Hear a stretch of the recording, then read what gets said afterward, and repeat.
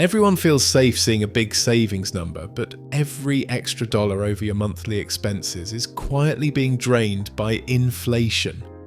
Last year, $10,000 silently lost $150 in value, and a Chipotle burrito that cost $8 now costs $12. What is the real number you should never keep over in your bank, and why is crossing that line such a massive mistake?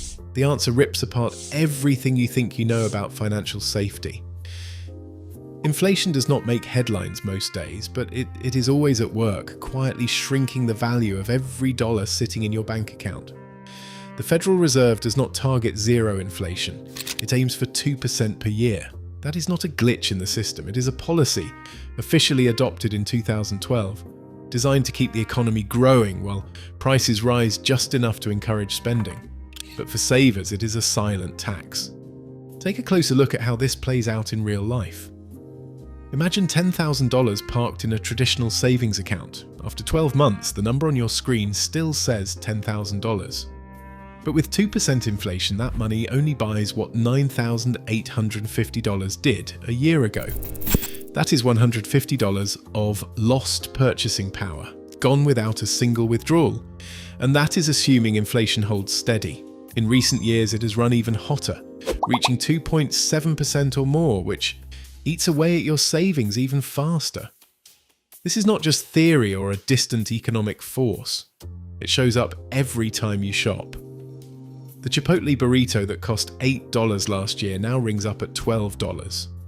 New car prices have jumped from about $38,000 to $48,000 on average in just a few years. The same dollars, less buying power. Nominal value is the number you see in your account. Real value is what that number can actually buy. When inflation outpaces the tiny interest paid by most banks, often just 0.4%, your so-called safe money is quietly losing ground. The sticker price stays the same, but the world around it gets more expensive. This slow leak turns a sense of security into a hidden liability. Every day, inflation chips away at your financial cushion, making that big balance less impressive and less useful. The illusion of safety is powerful, but the math is relentless. The longer your cash sits idle, the less it is worth. A healthy bank balance feels reassuring, but there is a simple rule that separates smart savers from those quietly losing ground. Never keep more than 3 to 6 months of living expenses in cash. This is not about income or what you earn in a good month. It is about what you actually spend to keep your life running. Rent or mortgage, groceries, utilities, insurance, transportation, and the basics. Personal finance experts and decades of research point to this range for a reason. It is enough to weather most emergencies, a sudden job loss, a medical bill, or a car that decides to quit at the worst possible moment. Anything less, and you risk scrambling to cover bills if something goes wrong. Anything more, and you are letting inflation chip away at money that could be working harder elsewhere. For someone spending $4,000 a month, the sweet spot sits between $12,000 and $24,000. That is your safety net. Above that, every extra dollar is exposed to the slow leak of inflation and the missed chance to grow your wealth. The 3 to 6 month guideline is not just a number pulled from thin air. It is grounded in studies showing that most people who lose a job find new work within this window. Even during recessions, the majority land on their feet in under half a year. Some people argue for a larger cushion, maybe a full year, out of fear of rare disasters. But the data says otherwise. In more than 95% of cases, 6 months is more than enough. Holding more than that is often just anxiety disguised as prudence. The goal is to be prepared, not paralyzed. Setting a clear ceiling on your idle cash is not about taking risks.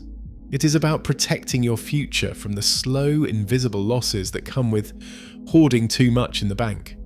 Once your emergency fund is in place, every extra dollar deserves a better job than just sitting still. Nick keeps $50,000 in his savings account, convinced he is playing it safe. But the numbers tell a different story. Over the next decade, that extra $30,000, anything above his emergency fund, does not just sit idle, it actually falls behind. If Nick had moved that $30,000 into an investment earning 7% a year, his balance would double to nearly $59,000 after 10 years. The bank, meanwhile, pays him just 0.5% interest. At that rate, his $30,000 grows to only $31,500. That is a $27,500 gap, money that could have been his, now lost to inaction. The real sting? The bank does not let that money gather dust. It turns around and lends Nick's deposit out at 7% or more, pocketing the spread. For every $100,000 in low-yield deposits, the bank pays $500 in interest but collects $7,000 or more from borrowers.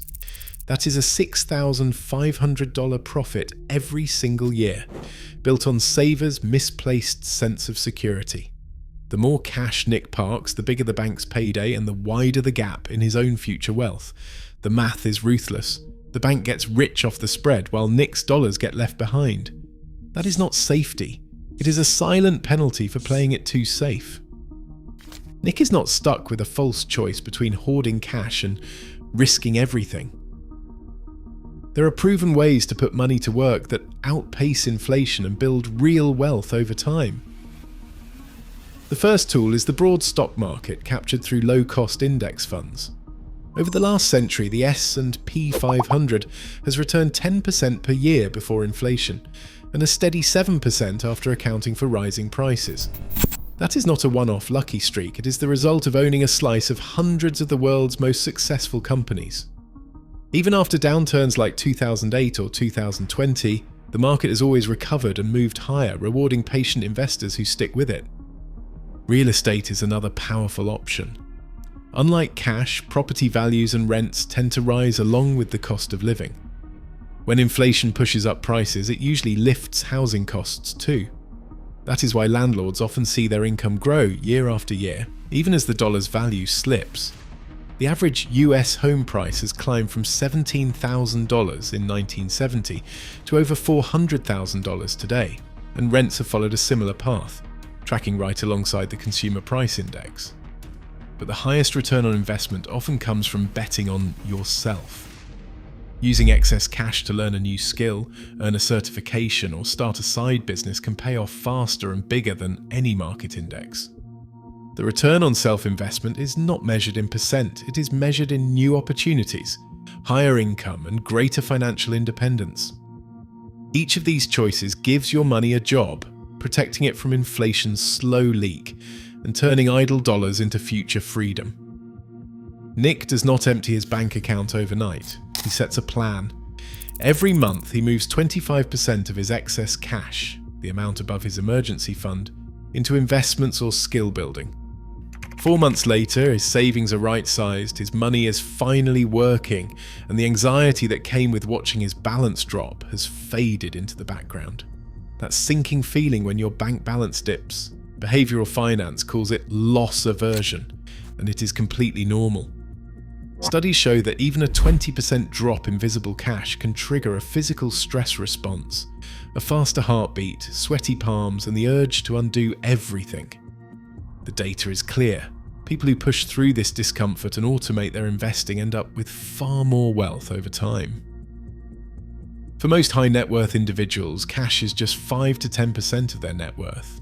The rest is always at work. Think of cash like ice cream on a hot day. Keep just enough to enjoy, enough for emergencies or short-term needs, but let the rest go before it melts away. True security comes from cash flow and growing assets, not from watching a pile of cash slowly lose its value. The wealthy do not cling to a melting scoop.